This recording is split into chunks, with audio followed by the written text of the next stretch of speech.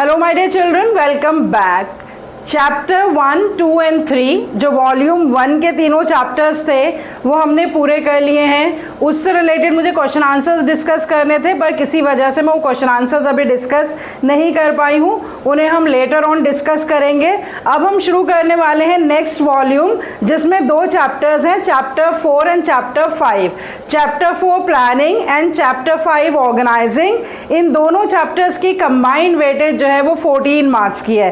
First 3 chapters की combined weightage 16 marks की थी, जो हमने फिनिश ऑफ कर लिए हैं। नेक्स्ट 2 चैप्टर्स की कंबाइंड वेटेज 14 मार्क्स की है।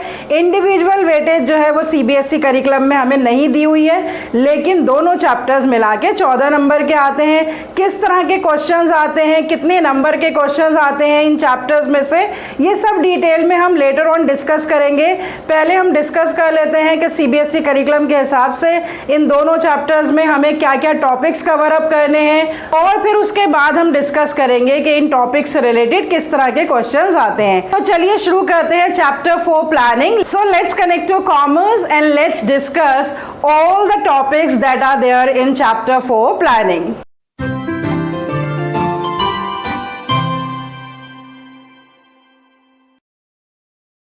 सबसे पहले बच्चों आप अपने पास नोट कर लीजिए कि चैप्टर 4 प्लानिंग में हमें कौन कौन से टॉपिक्स कवर अप करने हैं। मेन 5 टॉपिक्स हैं जिनके नंबरिंग मैंने कर दी है। सबसे पहला है concept of planning means definition and features. उसके बाद है importance of planning number 2, number 3 limitations of planning, number 4 planning process and number 5 types of plans. बहुत ही लिमिटेड टॉपिक्स हैं, लेकिन बहुत इंपॉर्टेंट टॉपिक्स हैं। सारे ही टॉपिक्स इंटरेस्टिंग भी हैं, क्योंकि ये जो वर्ड प्लानिंग है ना बच्चों, ये आप और हम बहुत अच्छी तरह से जानते हैं। इसका मीनिंग हमें समझ में आता है, क्योंकि आप और हम भी बहुत सारी तरह की प्लानिंग करते हैं। You plan your studies, your parents also plan about your future studies और अबाउट द अदर थिंग्स। मैं जो हूँ अपनी टीचिंग को प्लान करती हूँ। तो प्लानिंग एक ऐसी बेसिक एक्टिविटी है, एक ऐसी बेसिक ह्यूमन एक्टिविटी है जो हर कोई परफॉर्म करता है। लेकिन आज हम इस पर्टिकुलर वर्ड प्लानिंग को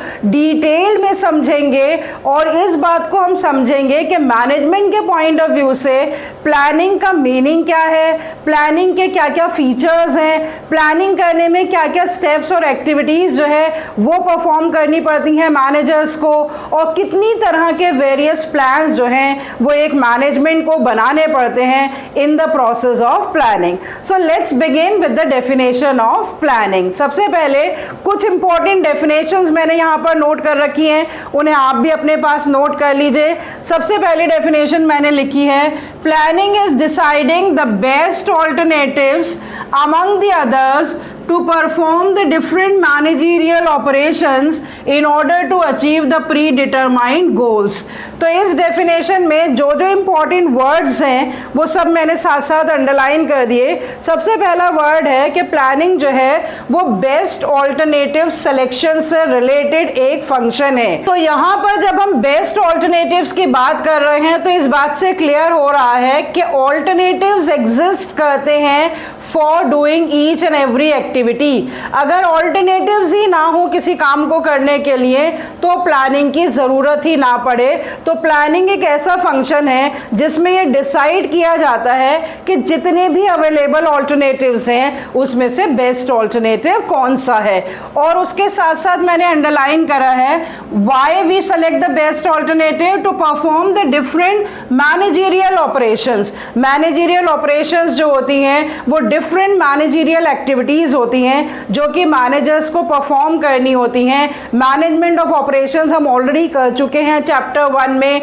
तो प्रोडक्शन, सेल्स, मार्केटिंग, फाइनेंस, जितनी भी ऑपरेशंस है जो एक मैनेजमेंट को परफॉर्म करनी पड़ती हैं, उसे परफॉर्म करने के लिए मैनेजमेंट को बहुत सारे जो उसके सामने ऑल्टरनेटिव्स होते हैं उसमें से बेस्ट ऑल्टरनेटिव चूज करना होता है, और उसी के लिए क्या करनी पड़ती है, प्लानिंग करनी पड़ती है। तो अनदर कीवर्ड जो इस इस डेफिनेशन में हमें दिखाई दिया कि why the planning is done so that the different managerial operations that every manager has to perform they can decide कि उन मैनेजरियल ऑपरेशंस को किस तरह से वो बेस्ट पॉसिबल मैनर में परफॉर्म कर सकते हैं।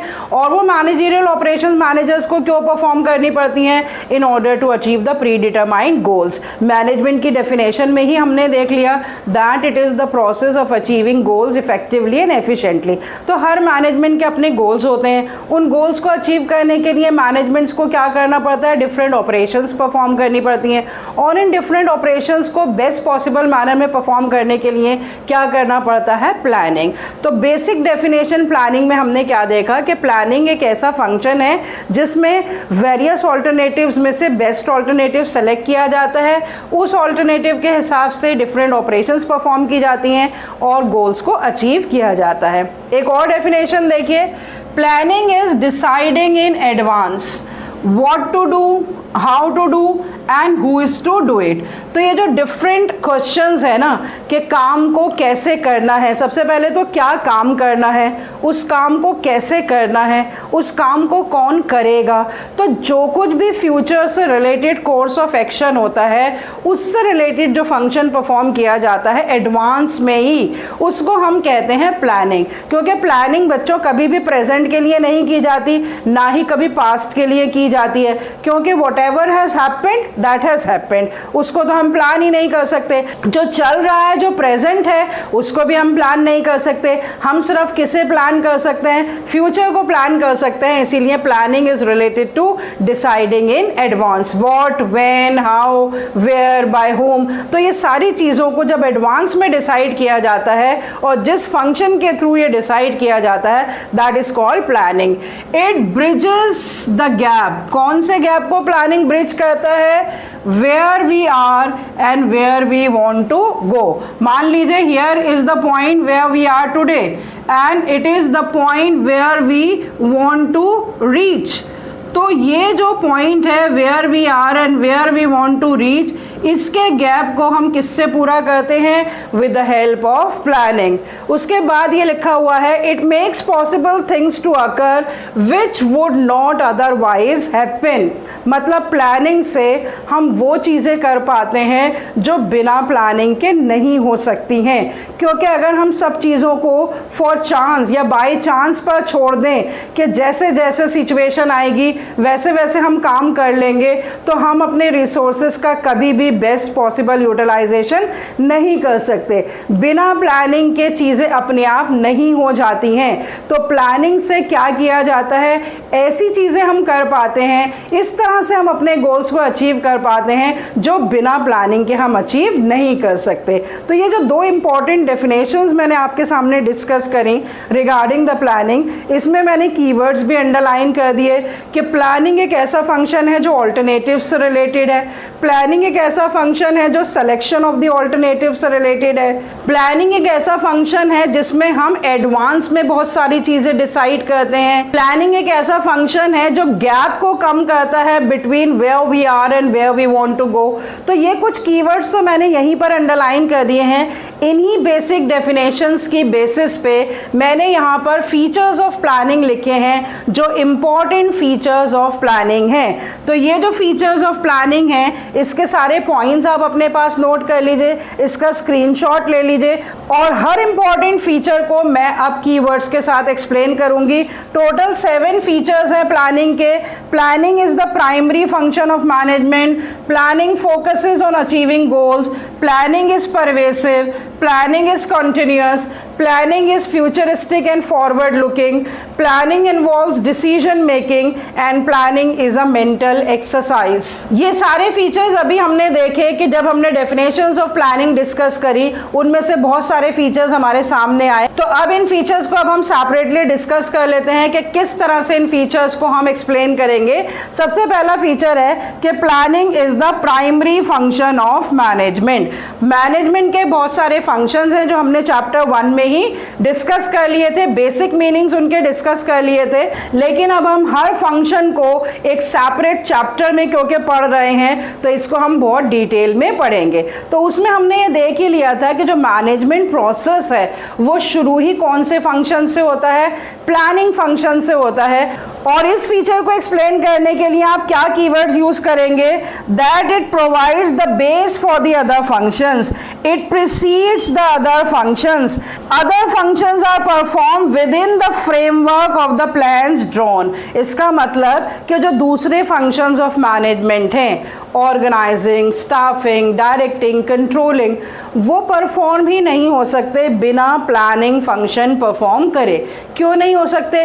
क्योंकि ऑर्गेनाइजिंग में हम रिसोर्सेज इकट्ठे करते हैं, तो रिसोर्सेज हम कैसे इकट्ठे करेंगे जब हमें पता होगा कि वो हमें रिसोर्सेज क्यों चाहिए, क्या ऑब्जेक्टिव्स हमें अचीव करने हैं। तो जब तक हमें ऑब्जेक्टिव्स और प्लान्स नहीं पता चलेंगे, जब तक हम ये डिसाइड नहीं कर सकते कि हमें रिसोर्स रिक्वायरमेंट कितनी है, फिर कितने लोग चाहिए उस काम को पूरा करने के लिए, ये हम स्टाफिंग में डिसाइड करते हैं। तो जब तक हमारे पास फिजिकल और ह्यूमन रिसोर्सेज की डिटर्मिनेशन नहीं होगी तो उन रिसोर्सेज को मैनेज करने के लिए कितने लोग चाहिए ये भी हमें पता नहीं लगेगा। फिर उसके बाद जब लोग आ जाएंगे तभी उन्हें डायरेक्शंस दी जाएंगी और फिर देखा जाएगा कि वो हमारे हिसाब से काम कर रहे हैं या नहीं कर रहे हैं। इसका मतलब कि जो दूसरे फंक्शंस ऑफ मैनेजमेंट हैं वो बिना प्लानिंग के पॉसिबल ही नहीं है। आप एक अपना रियल लाइफ एग्जांपल ले सकते हैं कि अगर आपको अपना टारगेट, एनुअल टारगेट ही ना पता हो कि आपको कितनी पर्टिकुलर परसेंटेज जो है अपने एनुअल एग्जाम्स में लेकर आनी है या आपको कितनी तैयारी करनी है फॉर एनी कॉम्पिटिटिव एग्जाम, तो अगर आपके पास गोल्स ही ना हो, अगर आपने उन गोल्स को अचीव करने के लिए स्पेसिफिक प्लान्स ही नहीं बना रखे हैं, तो आपको ये भी नहीं पता लगेगा कि पढ़ाई कैसे करनी है, कौन सी किताबों से करनी है, कितने टाइम पढ़ाई करनी है। तो आप दूसरी एक्टिविटीज़ को तब डिसाइड कर पाएंगे जब आपके सामने बेसिक ऑब्जेक्टिव और बेसिक प्लान हो। तो बिल्कुल इसी तरह से जो प्लानिंग है वो प्राइमरी फंक्शन ऑफ मैनेजमेंट होता है, क्योंकि वो बेस प्रोवाइड करता है अदर फंक्शंस ऑफ मैनेजमेंट को, वो सबसे पहले परफॉर्म किया जाता है अदर फंक्शंस ऑफ मैनेजमेंट से पहले, और जो दूसरे फंक्शंस परफॉर्म किए जाते हैं वो विद इन द फ्रेमवर्क, ऐसे फ्रेमवर्क में परफॉर्म किए जाते हैं जो फ्रेमवर्क प्लानिंग से तय किया जाता है। इसीलिए इस फीचर को क्या कहा जाता है, primacy of planning. Let's move on to the other feature, that is planning focuses on achieving the goals। अभी मैंने आपसे डिस्कस करा कि जो प्लानिंग है वो की क्यों जाती है, ताकि जो गोल्स हैं where we want to reach वो हम अचीव कर सकें। तो प्लानिंग से क्या किया जाता है, एक्शन प्लान्स जो हैं वो डिसाइड किए जाते हैं to achieve the goals, targets और द एंड रिजल्ट्स। तो प्लानिंग इसीलिए एक पर्पसफुल एक्टिविटी मानी जाती है। जितने भी प्लान्स हैं they are linked to objectives, so if there are no objectives there are no plans। तो अगर objectives नहीं होंगे तो प्लानिंग की भी ज़रूरत नहीं पड़ेगी। प्लानिंग की ज़रूरत ही तब पड़ती है जब हमें एक पर्टिकुलर टारगेट अचीव करना होता है, एंड रिजल्ट्स अचीव करने होते हैं, ऑब्जेक्टिव्स अचीव करने होते हैं, और उन ऑब्जेक्टिव्स को किस तरह से बेस्ट पॉसिबल मैनर में अचीव किया जाए, किस तरह से वो पर्पसेस जो है वो फुलफिल किए जाए, उसके लिए जो फंक्शन परफॉर्म किया जाता है वो होता है प्लानिंग। तो another feature of planning is that it focuses on achieving the goals. Now move on to the third feature, that is pervasive. Management में भी हम ये फीचर कर चुके हैं दैट मैनेजमेंट इज परवेसिव, के मैनेजमेंट की ज़रूरत हर जगह पड़ती है। इसी तरह से प्लानिंग की ज़रूरत भी हर जगह पड़ती है। Planning is required in all the organisation at all the levels in all the departments. किसी भी तरह की ऑर्गेनाइजेशन हो, किसी भी तरह का लेवल हो, top level, middle level, lower level, या कोई भी डिपार्टमेंट हो, प्रोडक्शन डिपार्टमेंट हो, सेल्स डिपार्टमेंट हो, फाइनेंस डिपार्टमेंट हो, हर जगह जो है वो प्लानिंग की ज़रूरत पड़ती है। इसीलिए प्लानिंग को हम क्या कहते हैं, परवेसिव। और इसको हम दूसरे वर्ड से भी कंसिडर कर सकते हैं that planning is universal in nature, that it is required all over the world. जहाँ पर भी ग्रुप है, जहाँ पर भी डिफरेंट एक्टिविटी एक्टिविटीज़ परफॉर्म की जाती हैं और डिफरेंट ग्रुप्स की एक्टिविटीज़ को मैनेज करना पड़ता है। उनको सही ढंग से मैनेज करने के लिए जो सबसे पहला फंक्शन कोई भी मैनेजमेंट या किसी भी ग्रुप को परफॉर्म करना पड़ता है वो है प्लानिंग। तो planning is universal in nature, planning is pervasive in nature, it is required everywhere, it is not specifically done at a particular level. हम ये नहीं कह सकते कि जो प्लानिंग है वो टॉप लेवल तक ही रिस्ट्रिक्टेड है, मिडिल लेवल को भी प्लान करना पड़ता है, लोअर लेवल को भी प्लान करना पड़ता है, और इवन वर्कर्स जो मैनेजरियल लेवल में नहीं आते हैं उनको भी कुछ ना कुछ प्लान करना पड़ता है। प्रोफेशनली प्लान नहीं करना पड़ता, but planning is a human activity. Every human being, every individual plans for the future. और प्रोफेशनल पॉइंट ऑफ व्यू से एवरी मैनेजमेंट, हर तरह की ऑर्गेनाइजेशन, छोटी ऑर्गेनाइजेशन हो या बड़ी ऑर्गेनाइजेशन हो, मैन्युफैक्चरिंग ऑर्गेनाइजेशन हो या ट्रेडिंग ऑर्गेनाइजेशन हो, प्रॉफिट ऑर्गेनाइजेशन हो या नॉन प्रॉफिट ऑर्गेनाइजेशन हो, हर एक को ही प्लानिंग फंक्शन परफॉर्म करना पड़ता है, हर लेवल पे परफॉर्म करना पड़ता है और हर डिपार्टमेंट को ये फंक्शन परफॉर्म करना पड़ता है। तो very simply we can explain that planning is pervasive in nature. उसके बाद देखते हैं कि प्लानिंग किस तरह से एक कंटिन्यूअस फंक्शन है या कैसे ये कंटिन्यूसली परफॉर्म करने की ज़रूरत पड़ती है। इसको हम ऑनगोइंग प्रोसेस भी कहते हैं। क्यों कहते हैं ऑनगोइंग प्रोसेस? मान लीजिए हमने कोई एक प्लान बनाया, उस प्लान को इम्प्लीमेंट करा और इम्प्लीमेंट करने के बाद वो सक्सेसफुल हो गया तो हमें अनदर प्लान बनाना पड़ेगा, और इम्प्लीमेंट करने के बाद वो अगर सक्सेसफुल नहीं हुआ तो उसके बाद हमें इसका रीप्लान करना पड़ेगा।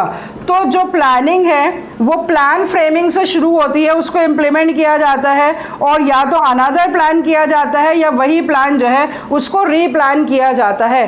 तो ऐसा नहीं है कि प्लानिंग किसी एक पॉइंट ऑफ टाइम पे फंक्शन परफॉर्म कर दिया और उसके बाद मैनेजमेंट आराम से बैठ गई। मैनेजमेंट को लगातार प्लान करना पड़ता है। और हमने ये भी देख रखा है बिजनेस एनवायरनमेंट चैप्टर में कि एनवायरमेंटल फोर्सेस जो होती हैं उसमें कितनी फास्ट चेंजेस होती रहती हैं। Social, political, legal, technological environment change होता रहता है। तो जैसे ही बाहर के एनवायरनमेंट में चेंजेस आती हैं तो मैनेजमेंट को क्या करना पड़ता है, उन चेंजेस को अडॉप्ट करना पड़ता है। उसके लिए भी मैनेजमेंट को क्या करना पड़ता है, प्लानिंग करनी पड़ती है। तो प्लान्स को चेंज किया जाता है as per the changes taking place in the environment.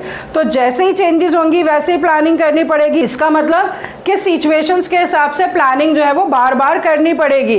तो plans are prepared for a specific period, when that period is over then the planning is done for the next period, when the particular activity is over for which the planning is done, वो activity खत्म हो जाती है तो next activity के लिए plan करना होता है। तो जो डिफरेंट फंक्शंस ऑफ मैनेजमेंट हैं वो लगातार ही सारे साल परफॉर्म किए जाते हैं और प्लानिंग भी इसी तरह से लगातार सारे साल परफॉर्म किया जाता है। पहले मास्टर प्लान बनाया जाता है, उसके हिसाब से डिपार्टमेंटल प्लान्स बनते हैं, उसके बाद ग्रुप प्लान्स बनते हैं, इंडिविजुअल प्लान्स बनते हैं, फिर उन प्लान्स को जो है वो इम्प्लीमेंट किया जाता है और अगर इम्प्लीमेंट करने के बाद वो सक्सेसफुल हो जाते हैं तो नेक्स्ट एक्टिविटी या नेक्स्ट प्लान बनाया जाता है, और अगर वो सक्सेसफुल नहीं होते हैं तो उनके रीजंस पता लगाए जाते हैं और रीप्लानिंग की जाती है। So we can say that planning function is a continuous function, it is an ongoing function, it is prepared for specific period and when that period is over it is again prepared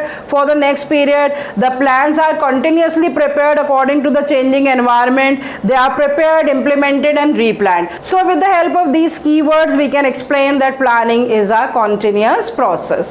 Let's move on to the next feature, that planning is futuristic and forward looking. ये बात मैंने बिल्कुल अभी अभी आपसे discuss करी कि present को भी हम प्लान नहीं कर सकते, पास्ट को भी हम प्लान नहीं कर सकते। जो हो गया सो हो गया, जो चल रहा है जो चल रहा है। तो जो आगे होना है हम सिर्फ उसी को प्लान कर सकते हैं। So never done for the past, planning कभी भी पास्ट के लिए नहीं की जाती, ये फोरकास्टिंग पे बेस्ड होती है और जो फ्यूचर इवेंट्स हैं उनको एंटिसिपेट किया जाता है और उसके हिसाब से जो है वो प्लानिंग की जाती है। अभी जब हम प्रोसेस ऑफ प्लानिंग पढ़ेंगे तो हम ये देखेंगे कि एक पर्टिकुलर स्टेप है जो प्लानिंग प्रेमिसेस से रिलेटेड है, जो फोरकास्टिंग से रिलेटेड है, कि फ्यूचर के बारे में कुछ अजम्पशंस लगाई जाती हैं कि फ्यूचर में क्या क्या हो सकता है, क्या क्या स्ट्रेंथ्स और वीकनेसेस हैं हमारी, क्या क्या अपॉर्चुनिटीज़ और थ्रेट्स का जो है हमें सामना करना पड़ सकता है, तो उसी के हिसाब से जो है वो फ्यूचर अजम्पशंस लगाई जाती हैं और उन अजम्पशंस की बेसिस पे ही प्लानिंग की जाती है। और प्लानिंग क्योंकि एडवांस में किया हुआ एक फंक्शन है लेकिन है वो फ्यूचर से रिलेटेड,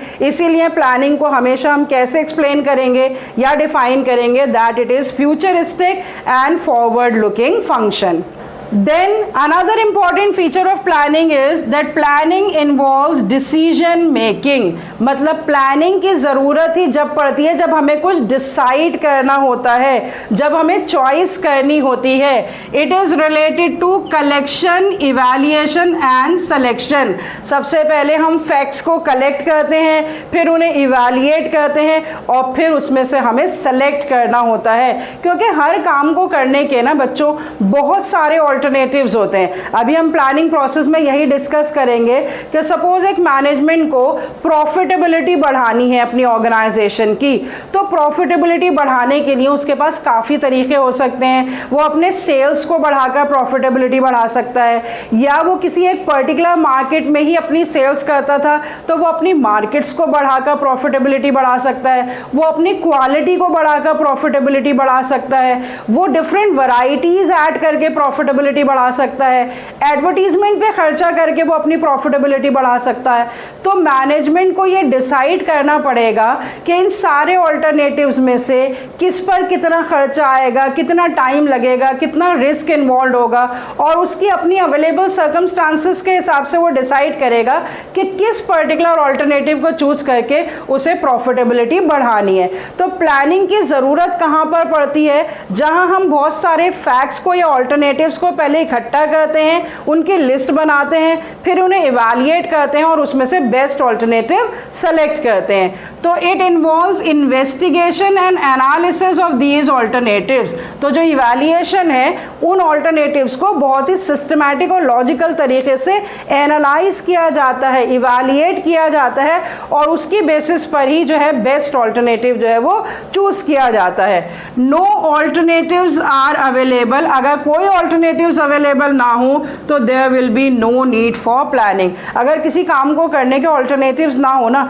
अगर एक काम एक ही ढंग से हो सकता है, मान लीजिए आप 12th पास करें और आपके पास एक ही पर्टिकुलर कोर्स अवेलेबल हो किसी यूनिवर्सिटी में, तो आपको तो कुछ प्लान ही नहीं करना, फिर तो आपको उसी में एडमिशन लेना है। लेकिन जब आपको दिखाई देता है कि इतनी सारी यूनिवर्सिटीज़ हैं, इतने सारे कोर्सेज हैं, उसमें से हर एक का बजट अलग अलग है, फीस अलग अलग है, तभी तो आपको ये चूज़ करना पड़ता है कि इसमें से आपके लिए कौन सा ऑल्टरनेटिव बेस्ट होगा।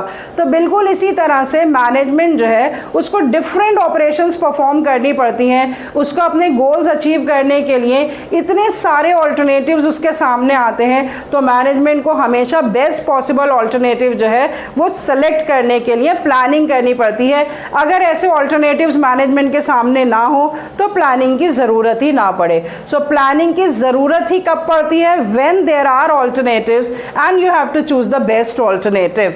That is why it is said that planning involves choice. The planning presupposes the existence of the alternatives. तो हम ये presuppose ही करते हैं, मैनेजमेंट ये presuppose ही करती है कि alternatives होते हैं, इसीलिए सारे alternatives तो इस्तेमाल नहीं किए जा सकते।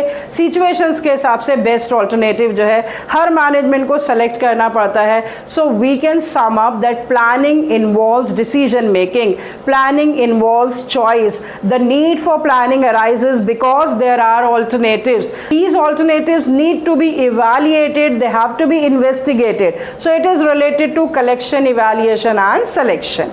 Last but not the least is that planning is a mental exercise. अभी हमने इससे पहले वाले फीचर में देखा कि प्लानिंग में चॉइस चाहिए होती है, तो चॉइस करने के लिए भी ना आपके पास एक विजन होनी चाहिए, आपके पास एक क्रिटिकल एनालिसिस और थिंकिंग की एबिलिटी होनी चाहिए।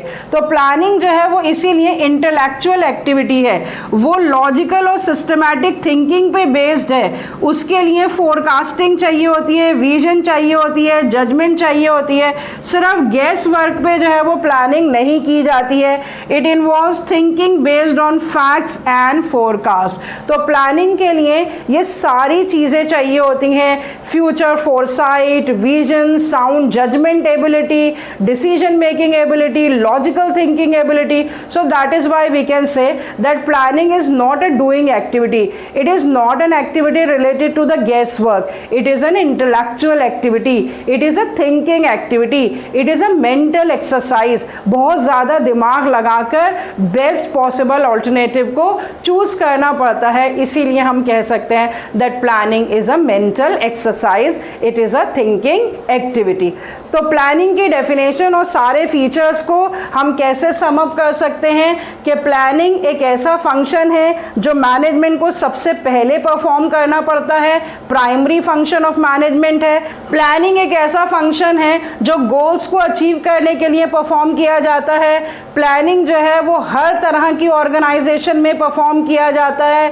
प्लानिंग लगातार परफॉर्म किया जाता है, कंटिन्यूस फंक्शन है। प्लानिंग जो है वो फ्यूचर से रिलेटेड है, तो forward looking and futuristic function है।